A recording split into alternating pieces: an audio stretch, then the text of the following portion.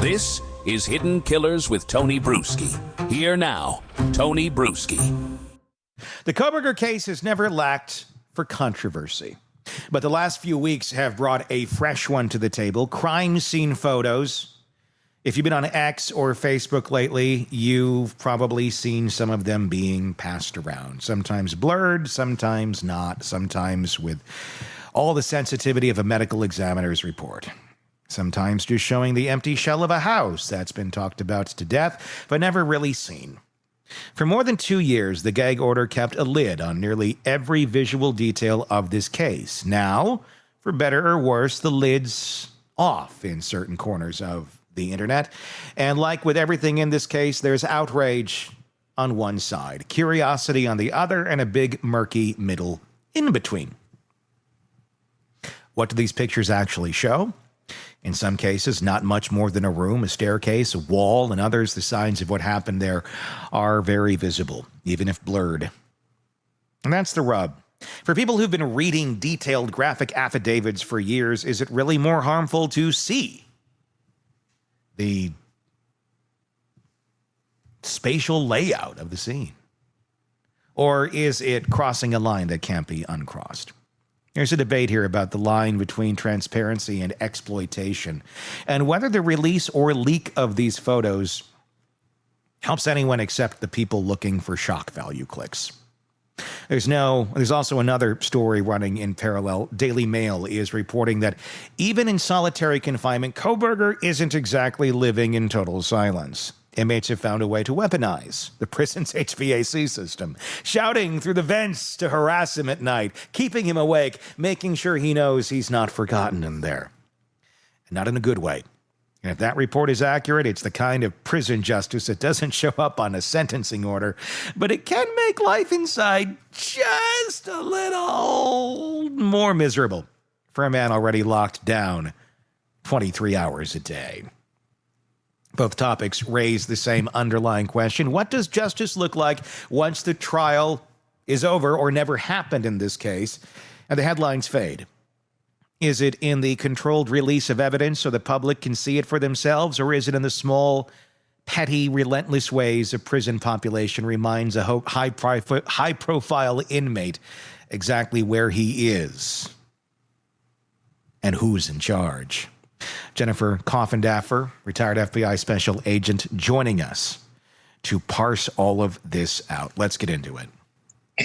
So I've been one. I have posted probably at least a dozen. Yeah. I'm going to say around a dozen.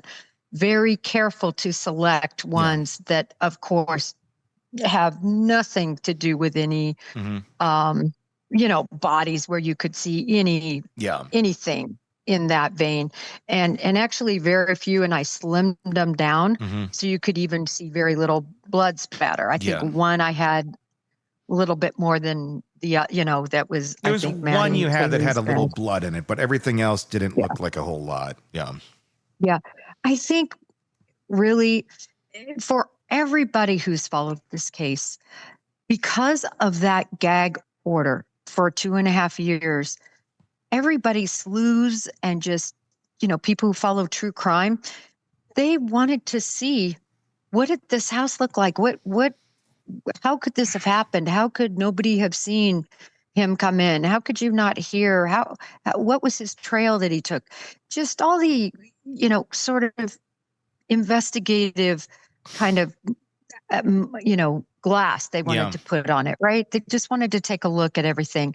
And I just felt like, listen, we're posting, everybody's posting documents that gruesomely describes what happened to all these victims. I mean, it's gruesome.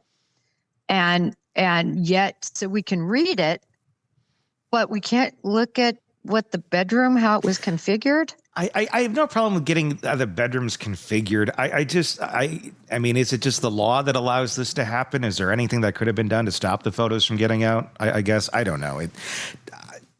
I get in the right minds, law enforcement folks, people like yourself, and all that. But I don't know. When I heard that they were coming out, and I don't know, are there really gruesome ones out there? I don't want to see them, but are there ones that show stuff? Well, right now, Judge Hippler is making a decision Okay. about those. I hope. But they're there. Yeah. They're out there. And I pray those don't get released. Yeah. I haven't seen them. I think both sides will fight to not have them released. Look at there's no positive for Kohberger's side to have that happen. And there's no positive for the prosecution. Nobody wants those out there. Or is there positive for Kohberger's side? Not like as in any sort of defense side, but in the world of Kohberger showing off his work in a very, I'm not trying to be sick, but it's the same type of way like BTK described stuff too, where it was like, I don't want to take credit for someone else's work when he's accused of other crimes. Yeah, no, you make a good point. Believe me, I think he would love to see everything out there. I think he enjoys this. Yeah. This is what he enjoys. It's like his work that's being commemorated. His work is out there for everybody to see what he did. And of course, the longer all of this goes on, the more he's happy with it. I mean, BTK was the same way. He's in a wheelchair and still, got all involved in this crime. So they love this. But nevertheless, could they get out? Sure. I mean, John Benet Ramsey's are out. Yeah. For a very brief moment, the Delphi murder girls, they were out. Sure. They can be out. Tony, it's, freedom of information.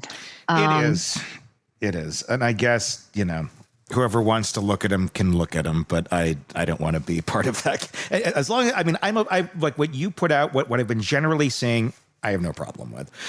It's just when you get to like John Benet type ones where it's like, yeah, can't unsee that. Does not help me with the case. Already knew in my mind just how dark and horrible this sort of thing was. But yeah, it's just icky. One more thing on this. We're hearing reports, Daily Mail reporting that Kohberger, although he is in solitary confinement, there's vents, there's, HVAC systems that go throughout these prisons. And, you got to have some sort of air circulation, even in solitary confinement. And the prisoners like to shout through the vents to each other. And the report is that he's getting a little bit harassed, or a lot harassed, saying he can't sleep at night, that people are tormenting him left and right. Again, it's reporting from Daily Mail, which is usually pretty solid. What's your take on that? Do you think that's true? Do you think Kohberger is already, even in solitary, starting to get a little prison wrath sneaking up on him? Well, first of all, the source reporting on this, I think, is probably accurate. I think this would be an odd thing to just come up with. Oh gosh, they're shouting through the vents or whatnot. So, and there's so many people that would be privy to it, right? All these prisoners telling their, loved ones about what they're doing, all the guards, there's so it's something that would be easily leaked. Sure. So I think it makes a lot of sense that A, they're doing it, and that B, it's happening. So when I look at the logic of it, I think it's probably happening, Tony. Do I think it's a good thing? I'm sickened. I will always be about how the case came out. Half of me is that way. Half of me, I'm so glad that there's closure. I don't know if closure is the right word, but at least it's over for the victim families. But Tony, prison justice is going to keep trying to find its way because those prisoners can become really famous if they do something to Brian Kohberger. And that's what the drive is. What do you think I've seen both arguments on both ways of this, saying they should be afraid of Kohberger. Do you think they should be afraid of Kohberger? No. Yeah. No, listen, he's a kid in there. I mean, he isn't a career, like most of these lifers and people in these prisons, maximum security. These are really bad guys who've been in the system for years. They know all the tricks. This is a brand new world from him. The only thing he knows about this world is what he's studied in a textbook. Yep. That's it. So no, I don't think they need to be away. And remember that he's not what they fantasize about. No. That's not his thing. His thing is sleeping beautiful women. And at the end of the day, his wannabe attitude to be this killer put him where the wannabes go. And he may still be that wannabe, but he's going to experience the real thing, hard and firm, real soon. Well, once those doors open a little bit, and it's not just shouts that are coming from the vents, but sweet nothings being whispered into his ear. What Jennifer just laid out there, it hits at the heart of two uncomfortable truths. First, about the photos. There's a world of difference between evidence that informs and images that exploit. Seeing the configuration of a bedroom or the path through a hallway can help the public understand the logistics of the crime. Answer the how that's lingered for so long. But seeing the most graphic moments frozen in pixels, that doesn't help build a case. It doesn't make the facts clearer. It just adds another layer of trauma for families and turns the crime scene into clickbait. The reality is, in the digital age, once an image is out, it's out. JonBenet Ramsey, Delphi. We've seen how quickly something meant for an evidence locker can and end up on a Facebook feed. And then there's the prison piece. The vent shouting is happening the way it's been described. It's a reminder that solitary confinement isn't always so solitary.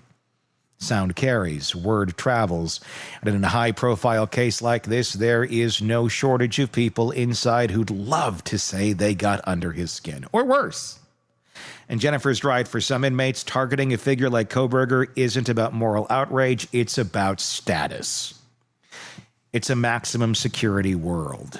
Notoriety is currency, and making a mark on the Idaho Four guy could be seen as a payday of its own. Neither of these things, leaked photos or prison harassment, changed the outcome of the trial. Or there was no trial. The outcome of what he admitted to. They don't change the fact that he's in for life, but they do shape the narrative that plays out afterwards. They affect how the public continues to perceive the case and how families have to live with the aftermath. And in Kohberger's mind, how much control he still has over his story for a certain kind of offender, even notoriety in negative form, can be gratifying. For everyone else, it's a balancing act. Transparency without voyeurism, justice without cruelty, for cruelty's sake. So maybe the better question to leave with isn't whether these things should happen, but what purpose do they serve when they do? Do they bring us closer to the truth? Do they help the families, the community, the record of the case, or are they just the noise that fills the space after the verdict is read?